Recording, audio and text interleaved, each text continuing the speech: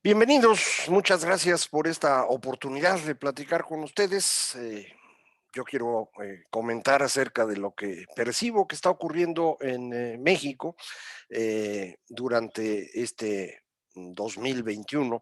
Y para ello, pues me apoyaré en esta presentación que creo que puede ser útil. No tengo que convencer a nadie de que estamos enfrentando una contracción económica muy, muy relevante. Lo que sí es importante es notar que esta contracción tiene dos causas, dos orígenes. Por un lado, decisiones de gobierno y por otro lado, la pandemia. De manera que si queremos corregir la situación económica del país, hay que atacar ambas causas. Por un lado, necesitamos resolver el tema de la pandemia y la solución que conocemos es vacunar a la mayor cantidad de gente posible, lo más rápido que se pueda. Y en segundo lugar, necesitamos tomar medidas que nos permitan atraer inversión en lugar de ahuyentarla. Estas son las dos cosas que hay que hacer a la brevedad. ¿Por qué es importante el tema de la pandemia? Porque el golpe fue diferenciado. Es el comportamiento de la economía mexicana durante los últimos 3 años, hasta 2020, y ahí se nota el golpe de la pandemia y una recuperación bastante relevante durante el año pasado. Pero no fue así en todos los sectores. Hay algunos en donde el golpe fue mucho más considerable, como transporte, en particular autobuses y aviones. También en materia de entretenimiento, todo lo que tiene que ver con cine, teatro, reuniones, que la gente pues no quiere tener porque le tiene miedo al bicho. Y peor en el caso del turismo, alojamiento y comida, como le llama INEGI, que ha tenido una contracción pues prácticamente del 40% al cierre del 2020. Estos sectores no van a tener un mejor comportamiento en tanto no hayamos vacunado a la población. Y ahí tenemos un rezago importante. México había vacunado al menos con una dosis a 15 millones y medio de personas en la primera quincena de mayo.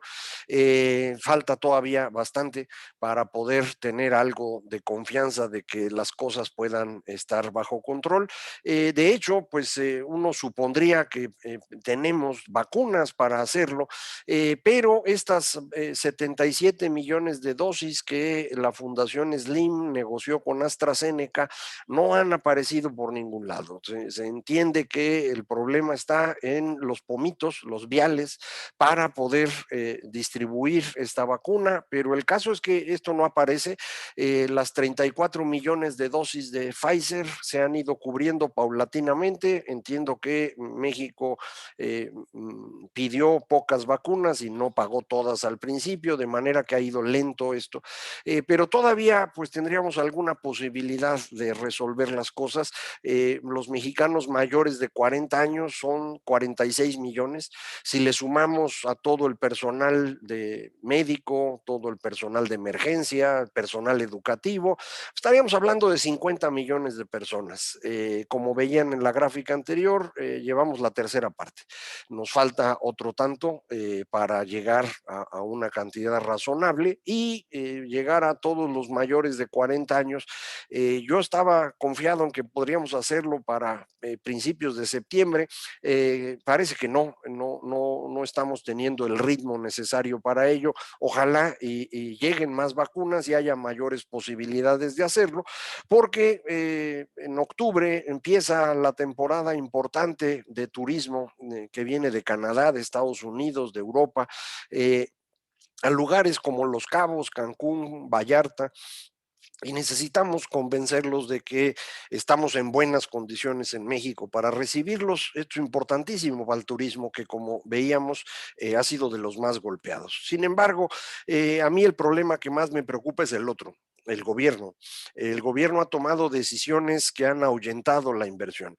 Lo empezó a hacer incluso antes de tomar posesión formalmente, con la cancelación del aeropuerto de la Ciudad de México, luego la cancelación de la cervecería de Mexicali, el conflicto con Braskem por la dotación de etanol, decretos que luego se convirtieron en leyes para frenar la competencia en electricidad y en distribución de petrolíferos, el padrón de biomédicos, ahora también la intención de extender el mandato en la Suprema Corte de Justicia, que uno pensaría no tiene que ver directamente con economía, pero en realidad sí, porque todas las medidas que están en duda en México van a la Corte a decidirse, y si la Corte no está funcionando de una manera autónoma, entonces es poco probable que uno pueda ganarle al gobierno un pleito. Y esto es importantísimo para un inversionista, de manera que estas decisiones han ido tumbando la inversión. Y la inversión es fundamental para el crecimiento de la economía. Aquí les muestro en esta gráfica el comportamiento de la inversión en los últimos 10 años, desde el 2010, la segunda mitad del sexenio de Felipe Calderón, que como pueden observar, traía un crecimiento importante en inversión, que se cae un poco al inicio del gobierno de Peña Nieto con el cambio de reglas de construcción de vivienda que ustedes deben recordar, pero al inicio del gobierno de López Obrador, la decisión de cancelar el aeropuerto de plano desploma la inversión. Ya después la pandemia profundizó el golpe, pero el inicio de la caída es previo, y esta caída es continua, no se va resolviendo en el tiempo. Lo que vamos a ver en esta caída es que uno de los elementos más importantes de la actividad económica se pierde, que es la inversión. Dentro de la economía tenemos cuatro grandes cuentas en cómo utilizamos el valor agregado que generamos, que es el Producto Interno Bruto. El consumo es el más importante, sin duda, prácticamente 2/3 partes. Luego viene la inversión, en tercer lugar el gasto público, y finalmente las cuentas externas, que son muy chiquitas, porque en el neto normalmente no es muy grande su tamaño. Y ocurre una cosa muy curiosa con el sector externo: cuando los datos son positivos, es decir, cuando tenemos un superávit con nuestra relación con el resto del mundo, es porque a México le está yendo mal. Es solo en las crisis que logramos tener un saldo positivo con el resto del mundo, como ocurrió en 95 y ahora en 2020. Lo normal es al revés. Lo normal es que tengamos un comportamiento deficitario, porque cuando la economía va creciendo más rápido que el resto del mundo, empezamos a importar mucho más, y por eso el resultado es negativo, es deficitario. Pero esa es una buena noticia. El superávit comercial, el superávit con el resto del mundo, rara vez es una buena noticia, aunque mucha gente lo quiera ver de esa manera. Cuando hay una contracción seria, 95 o 2020, tenemos entonces este saldo positivo y tardamos en recuperar. De hecho, no está claro que vayamos a recuperar el tamaño que tenía México en 2018, sino probablemente hasta fines del sexenio. El comportamiento de la economía ha ido más o menos mejorando, sobre todo después del gran desplome de abril y mayo de 2020, pero prácticamente desde octubre estamos planitos. No ha habido un gran crecimiento en ningún momento, algunos brinquitos como los que están viendo ahora en la pantalla. Ya tenemos un dato oportuno que le llama INEGI para el mes de abril, y es otra vez una pequeña caída. Entonces ahí andamos, dando vueltas sobre el mismo nivel.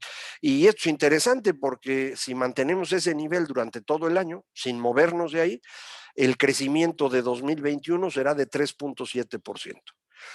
Simplemente por la comparación con esta inmensa caída que están viendo en su pantalla, que ocurrió en 2020. A la hora de comparar con una economía que crece cero, el resultado es un crecimiento de 3.7%. Este número hay que restarlo a cualquier estimación que escuchen de crecimiento para 2021 para saber realmente cuál es la dinámica que tiene la economía.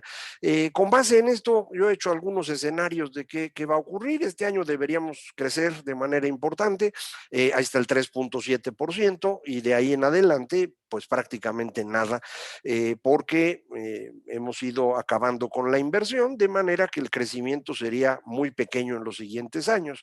Un gobierno normal tendría un comportamiento mucho mejor, y si hubiéramos tratado de impulsar la economía con recursos del gobierno, como lo han hecho muchos países, muy probablemente las cosas serían muy diferentes. Los escenarios entonces para los próximos años son para el gobierno actual.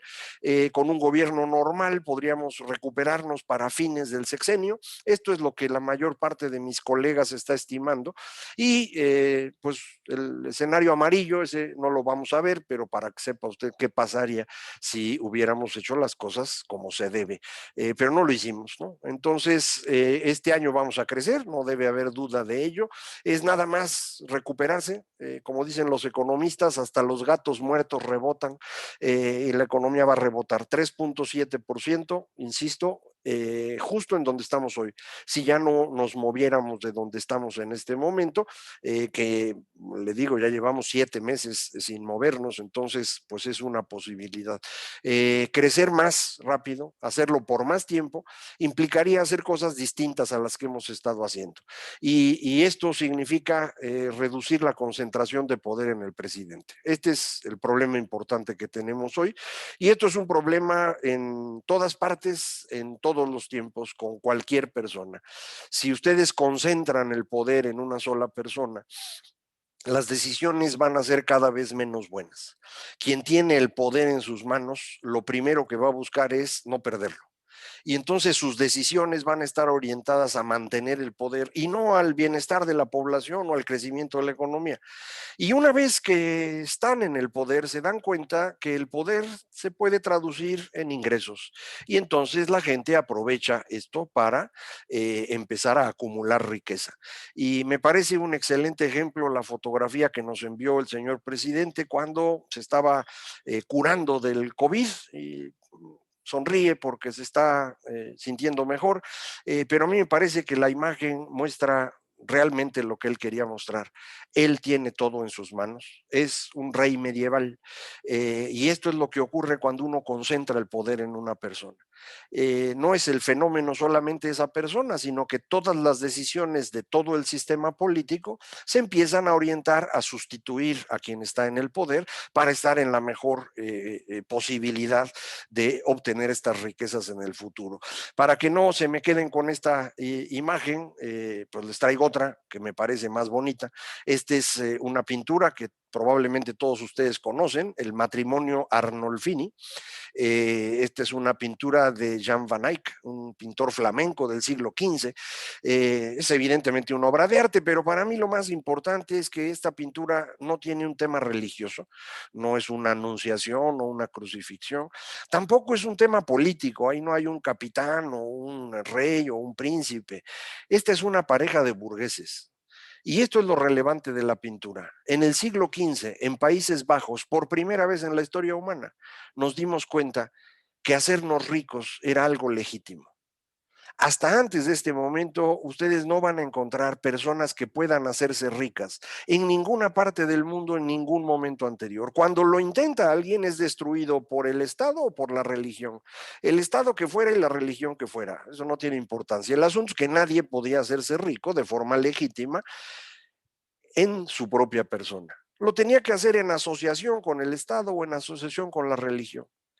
Si le buscan con mucho cuidado, a lo mejor encuentran que en Atenas, en el 450 a.C., se podía hacer algo, pues a lo mejor, pero duró 20 años. Y no van a encontrar muchos otros ejemplos. Pero en el siglo XV, en Países Bajos, esto no solamente es un fenómeno de 10 o 20 años, se mantiene el tiempo suficiente para exportar la idea en la Revolución Gloriosa de 1688 a la Gran Bretaña y de ahí al mundo entero. Y la transformación es espectacular, para que lo vean con más claridad. Es el ingreso por habitante en Inglaterra, Gran Bretaña, Reino Unido, el nombre va cambiando en el tiempo, desde el siglo XIII hasta nuestros días. Y vean al inicio de la gráfica, el siglo XIII, XIV, XV, XVI, no pasa nada, no hay crecimiento. Nadie se puede hacer rico de forma legítima, nadie se esfuerza por hacerlo, todo el mundo vive igual que como habían vivido sus padres y sus abuelos, y así van a vivir los hijos y los nietos, todo igual. Las cosas cambian cuando se dan cuenta que la riqueza privada es legítima. Y en ese momento la tecnología empieza a ser útil. ¿Por qué la revolución industrial ocurre en Reino Unido? ¿Por qué no ocurrió en China?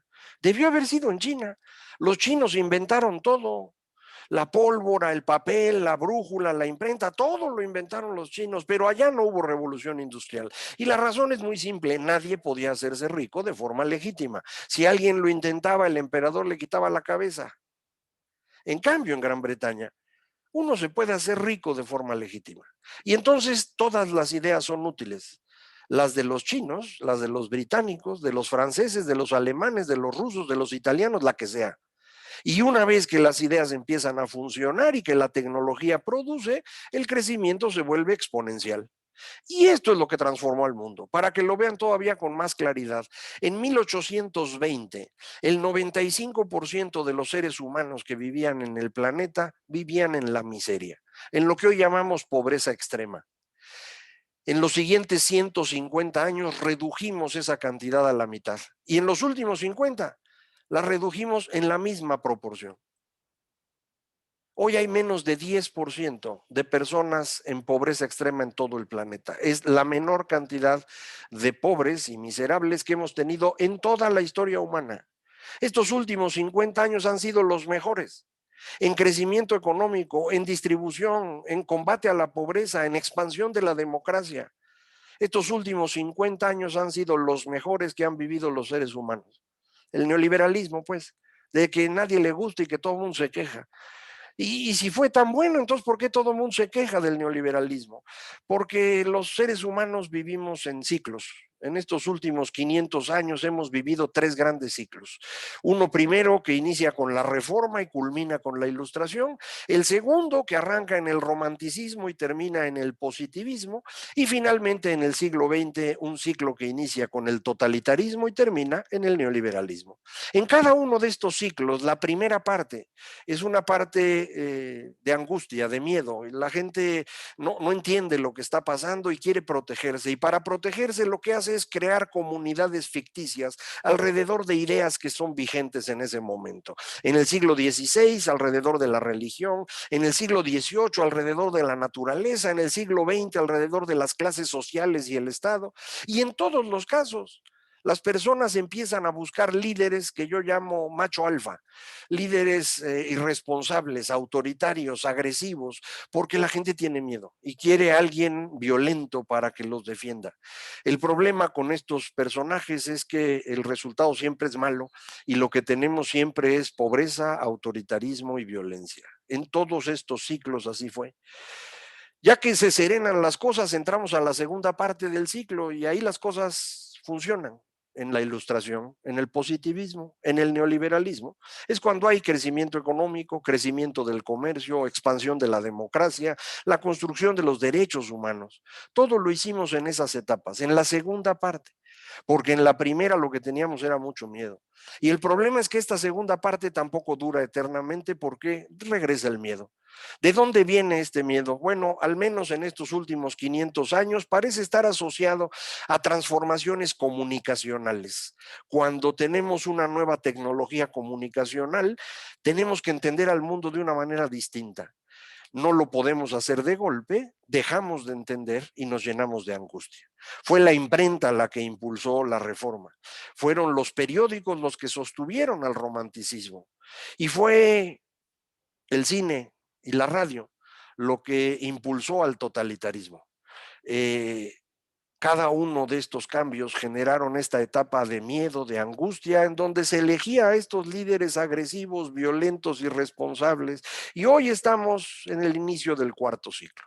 Las redes sociales nos están obligando a pensar distinto. No lo hemos podido hacer, no entendemos lo que pasa, nos llenamos de angustia, tratamos de construir ahora comunidades alrededor de identidad, del color de la piel, del género, de la preferencia sexual, y empezamos a elegir líderes irresponsables, violentos, agresivos, que usted conoce, Trump, Bolsonaro, López Obrador, Nayib Bukele, Víctor Orbán, Recep Tayyip Erdogan, Kaczynski, Narendra Modi, el que usted quiera. ¿Por qué todos estos líderes agresivos e irresponsables están en este momento en todo Occidente? Porque no estamos entendiendo nada, tenemos miedo y queremos este tipo de líderes. Y esto es lo que nos lleva a tomar decisiones muy extrañas. Todavía falta un rato para que esto se acabe, ¿eh? No es una cosa que va a terminar pronto. En Estados Unidos el señor Trump no logró reelegirse y eso es una gran noticia, pero esto no significa que haya acabado el problema. Biden está sufriendo muchísimo para poder encauzar un poco las cosas y la amenaza de que esto se deteriore aún más sigue con nosotros. Entonces no piensen que esto se va a acabar pronto, vamos a seguir teniendo 15, 20 años más de incertidumbre y angustia en lo que podemos entender el nuevo sistema de comunicación en el que vivimos. ¿Por qué ganó López Obrador la presidencia en México? Bueno, es un líder político muy popular. La mitad sur de México la ha ganado desde el 2006 sin ningún problema. La diferencia en 2018 es que logró extender ese triunfo al resto del país. Y lo logró, en mi opinión, por tres razones. La primera es la que acabamos de ver. El líder autoritario. La gente tiene miedo, tiene angustia, quería un líder autoritario y el autoritario que había en 2018 disponible era López Obrador y votaron por él. Segunda razón, las reformas. Las reformas estructurales estaban bien y estaban tan bien que de inmediato generaron enemigos. Y los amigos pues tardan mucho en aparecer. Cuando usted logra una buena reforma, hay un grupo que pierde y ese grupo que pierde trata de defenderse. Los maestros que perdían con la reforma educativa fueron a buscar a López Obrador para ofrecerle su apoyo a cambio de que revirtiera la reforma educativa. Ya ocurrió. Y lo mismo petroleros y electricistas y empresarios del sector financiero y de telecomunicaciones. Y este apoyo fue relevante para que ganara López Obrador. La tercera causa, me parece, es el arreglo con el PRI. No nada más el arreglo con el presidente Peña Nieto para que este obstaculizara el avance de Ricardo Anaya y luego le facilitara la llegada al poder, también con gobernadores priistas que movieron votos a favor de Morena y en contra de su partido porque pues, no les interesaba que ganara el PRI en 2018 y la probabilidad, la verdad, era muy baja. Esto es la causa del triunfo de López Obrador y creo que se entiende mucho mejor cuando uno ve los datos. Este es el crecimiento económico en México por entidad federativa en los últimos 25 años. De color verde oscuro están los estados que han crecido menos que el promedio nacional, los de color verde clarito están en el promedio y los amarillitos crecieron por arriba del promedio. Yo normalmente no uso esta paleta de colores, la tuve que usar para poder comparar directamente con un mapa de consulta Mitofsky de la popularidad del presidente a inicios de este año. Y como pueden observar, los mapas son muy parecidos. ¿Por qué gana López Obrador el sur del país? Porque al sur del país le ha ido muy mal económicamente. En los últimos 25 años, y si me presiona usted un poquito, en realidad en los últimos 40 años, el sur de México le ha ido mal. Entonces, cuando uno les dice que el neoliberalismo es la mejor época de la historia humana, pues dicen, no, para mí no, porque en mi estado esto no ha funcionado y entonces con justa razón han estado tratando de que gane López Obrador para pues tener una opción distinta. Lo lograron, ya ganó López Obrador, los datos que tenemos hasta ahorita es que les está yendo peor que antes, pero bueno, eso es lo que querían y creo, insisto, que tenían razón en su forma de ver las cosas. ¿Qué pasa en términos de los partidos y el movimiento de votos? Esta es una serie que construí de votos para los partidos en elecciones federales, pero también estatales, para poder tener toda la secuencia. Recuerden ustedes, la democracia empieza en donde está esta línea blanca, 1997, la línea roja es el PRI, el azul es Acción Nacional, este es el PRD, que tenía su ciclo cada 6 años en las elecciones presidenciales y fuera de eso no existía mucho, Partido Verde, Movimiento Ciudadano y este es Morena. Vean ustedes los dos brincos que tiene Morena. Uno primero en su fundación, en 2015, donde se lleva la mitad del PRD y pasa de 0 a 10% del voto, más o menos. En 2018 se lleva otra mitad de lo que quedaba del PRD, pero también una gran cantidad de votos del PRI. Es eso lo que explica su triunfo. La clave ahora es saber si esos votos que el PRI le prestó en 2018 se los van a quedar de forma permanente o los va a recuperar el PRI en las siguientes elecciones. Para saberlo hay que ver de más cerca la votación y esto es lo que ha ocurrido en los últimos años, muy poquitas elecciones en 2019 y 2020, pero permiten más o menos ver el comportamiento, otra vez los mismos colores de los partidos y como pueden observar, Morena en 2019 ya no sigue avanzando, de hecho empieza a caer y en 2020 se derrumba y el gran triunfador en 2020 es el PRI.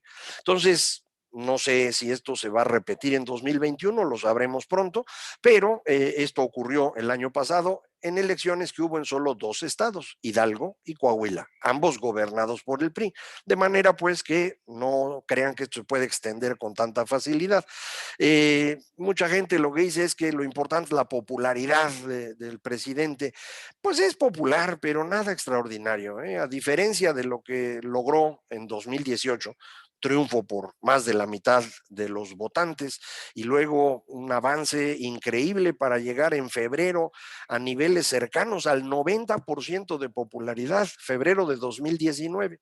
Pero el problema de llegar arriba es que lo único que hay es para abajo y eso es lo que le ha ocurrido. Y empezó a caer y a caer y a caer, cayó mucho en 2020, logró recuperar un poco y en las últimas semanas ha estado cayendo continuamente según la medición diaria que hace Consulta Mitofsky para El Economista.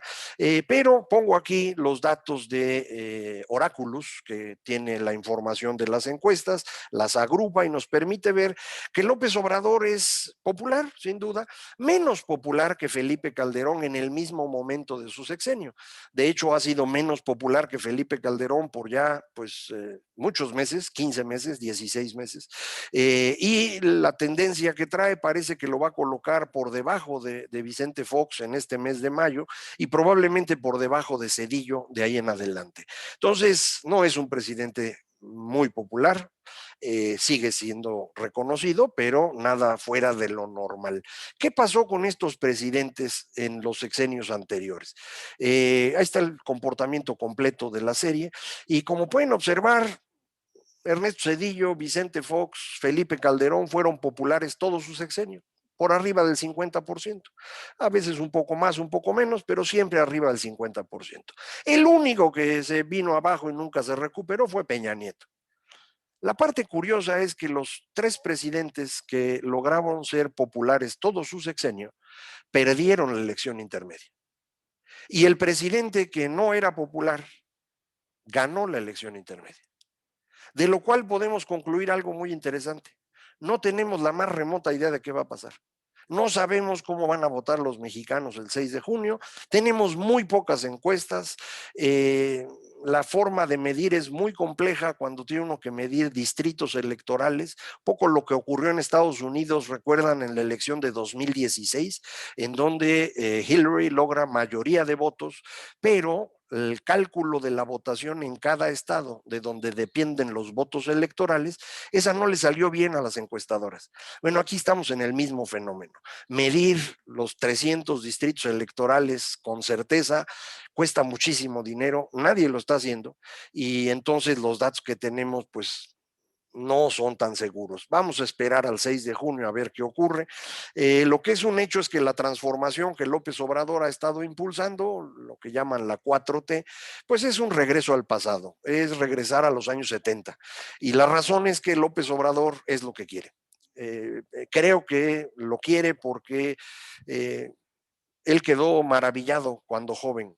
Ustedes recuerdan, nació en Tabasco, ahí vivió su niñez, su juventud inicial, y llega a estudiar a la Ciudad de México a inicios de los 70 y lo que vio lo dejó maravillado. Era la civilización.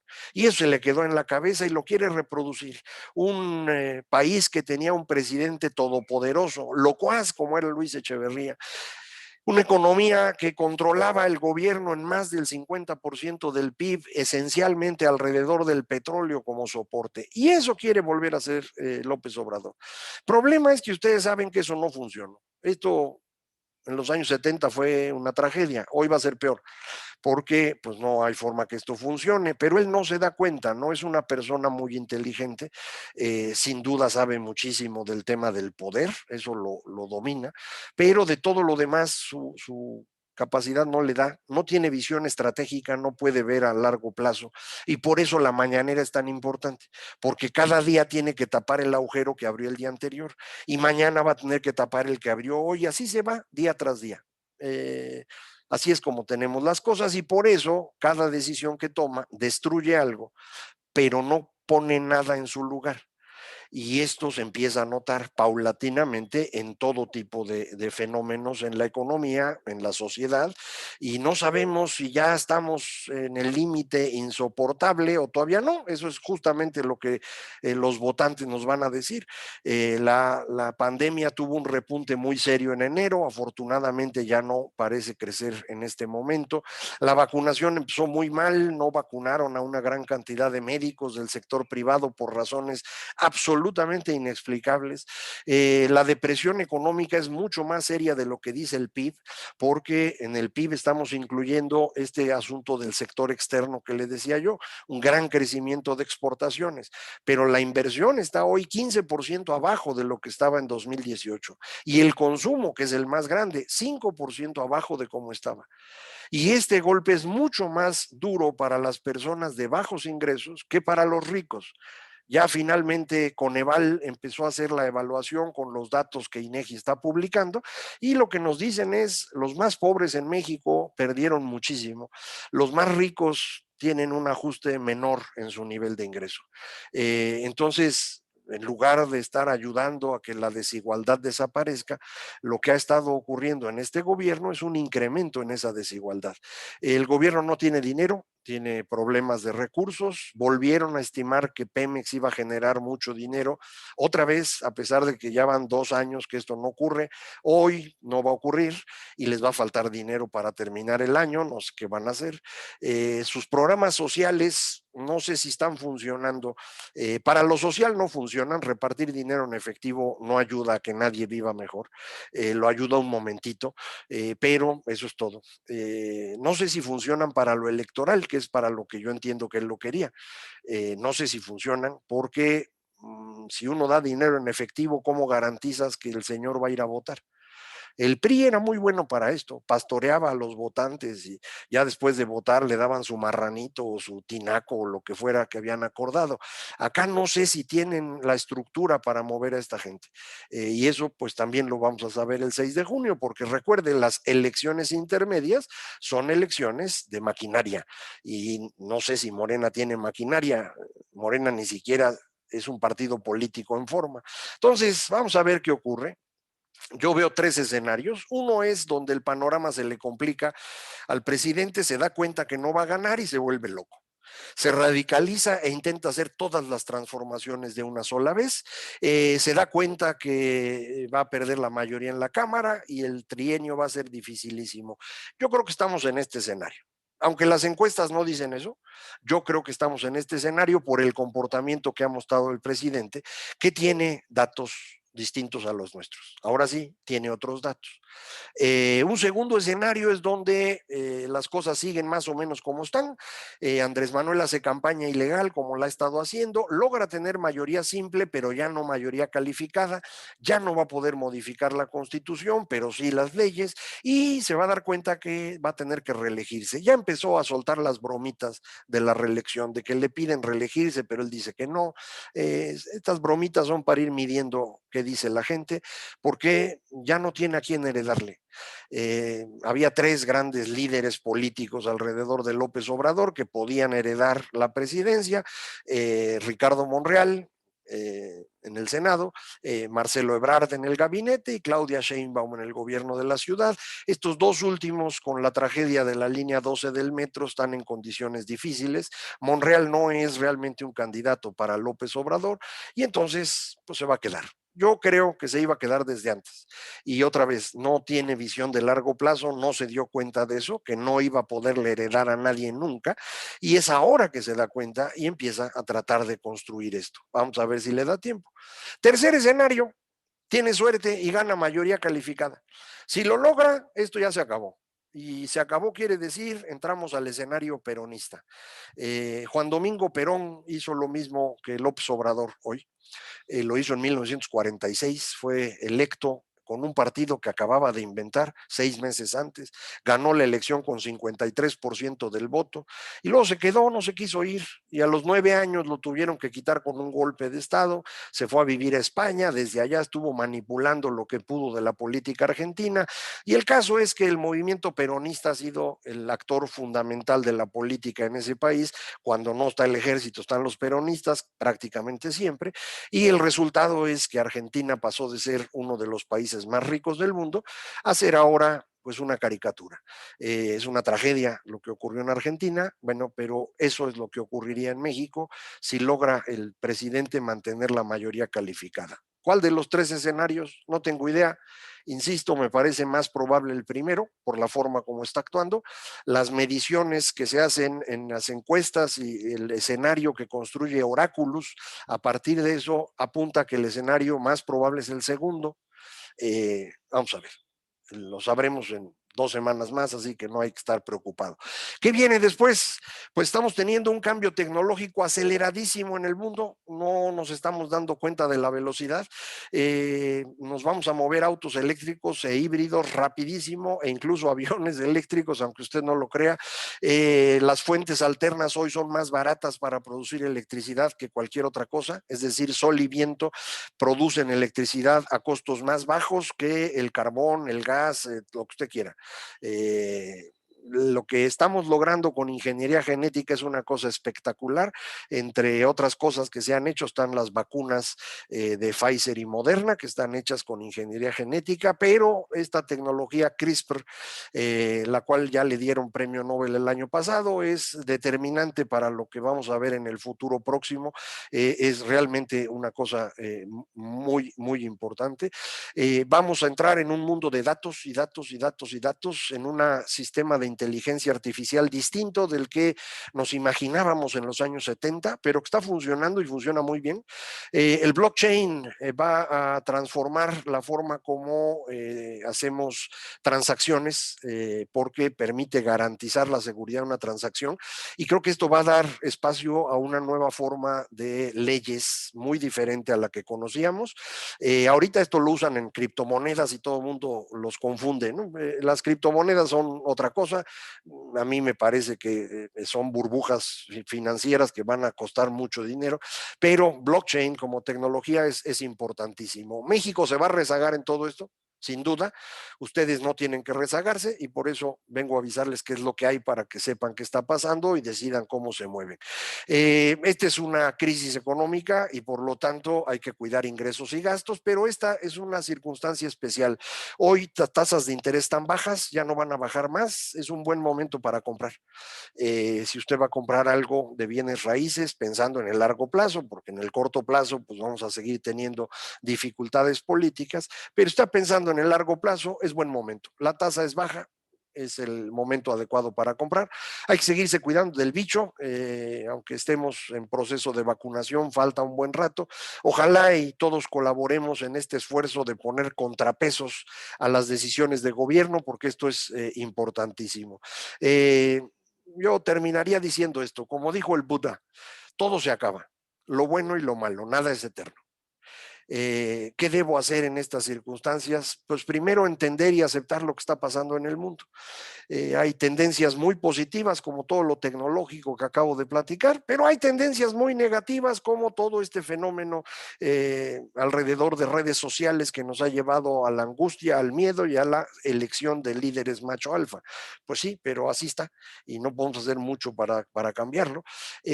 Conviene ahora orientarnos más a nuestros clientes y a su nuevo comportamiento. Todo el mundo está actuando ya distinto, no por la pandemia aceleró una tendencia que ya teníamos hacia la economía digital, hacia muchas decisiones diferentes y eso va a ser importante. Y finalmente, entender a la incertidumbre, abrazarla. La incertidumbre va a estar con nosotros por muchos años más. Yo entiendo que la incertidumbre causa angustia, pero no lo vean así. La incertidumbre también es el gran espacio para crear. Solo cuando hay incertidumbre se puede crear. Cuando yo ya conozco todo, no hay posibilidad de crear nada. Yo necesito incertidumbre para poder crear.